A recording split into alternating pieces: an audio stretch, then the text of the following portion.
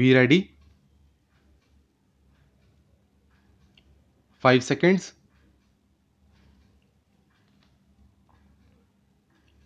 Start. Let us be frank enough to recognize that this increase in the intensity and duration of stoppages of work has prevented our economy from realizing its full potential. Whichever party to the dispute may have emerged victorious from these confrontations, so far as the nation is concerned, the strikes have inflicted unmitigated loss. We need industrial harmony not for the benefit of the classes who control the means of production, not for the further advancement of the affluent section of the society, but for the sake of the poorer masses who suffer an erosion of their low standards of living as a result of these interruption in production.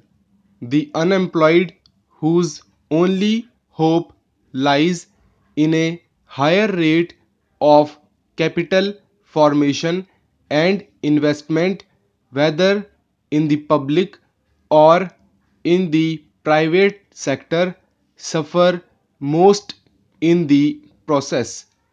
We are all here today to find a solution to this grave industrial problem and to consider how to mitigate, if not to end, the present stage of disorder in labor management relations. The Ministry of Labour has made several suggestions to promote industrial harmony, such as ending the multiplicity of trade unions, the recognition of a single bargaining agent, and so on. These lead to other related issues such as how to promote internal leadership within the trade union movement and what agencies should be set up to consider and resolve disputes as they arise. My friend tells me that these points were set out more as a basis for discussion and to help in your deliberations. I do not wish to go into these issues in detail nor to prejudge or prejudice the discussions, but may I suggest that you evaluate these points and any others with one criterion: whether they will increase or reduce industrial disputes. Trade union leaders have always been in the vanguard of progressive forces in our public life.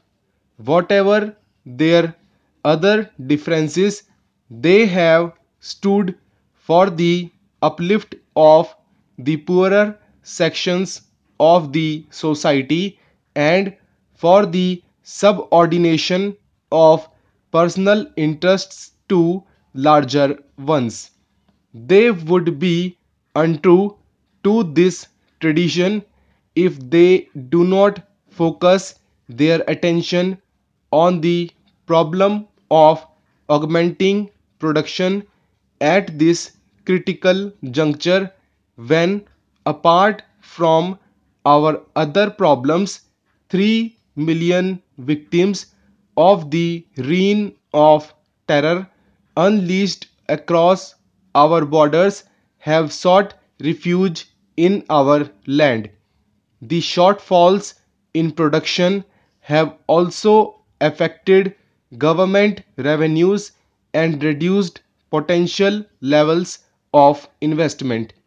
The working class and their leaders have been among the foremost in urging the expansion of the public sector and the nationalization of key sectors of the economy. The government and the public are therefore entitled to expect of workers in public enterprises greater devotion and dedication to work than has been so far evident. I must admit that there is scope for the improvement of communication between management and workers in public enterprises. I do not think that it is enough to give workers representation merely on the boards of management. We need to involve them more intimately in the problems of the enterprises at various levels. We constantly hear of the need to check the concentration of economic power in the hands of a few in the private sector. I believe that by far the most effective means of checking these trends is to enlarge the role of the public sector and to upgrade its efficiency. The formidable managerial problems of the public sector need immediate attention, but the acceptance of a greater measure of discipline and dedication on the part of labor in public enterprises is also an essential element in our strategy to make the public sector the pace setter in our economy. It is hardly necessary to remind you that labor is a major participant in the productive process, and the quality and intensity of its efforts are critical in increasing the rate of growth, production, and therefore of investment in the economy. The demands for higher wages and other benefits by organized labor are understandable, but these have to be pursued within a policy framework which pays due regard to the general state of the economy and the interest of the unemployed. In a country like ours, where there are millions of unemployed and underemployed, what is needed is a fair distribution of opportunities for gainful employment. In this sense, the employed, particularly in the organized sector, who enjoy a measure of special security, should recognize that in our country to be employed in is in itself a privilege. Hence, they should not merely seek unilateral gains for themselves, but should also have some compassion for those who are willing to work yet are unable to do so because of the comparatively low rate of capital formation.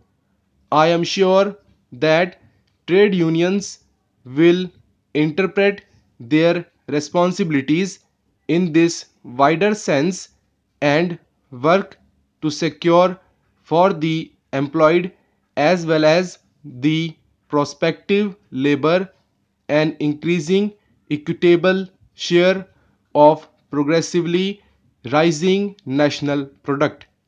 Our country has gone through a very difficult period, but there is every indication that we are poised for rapid advance.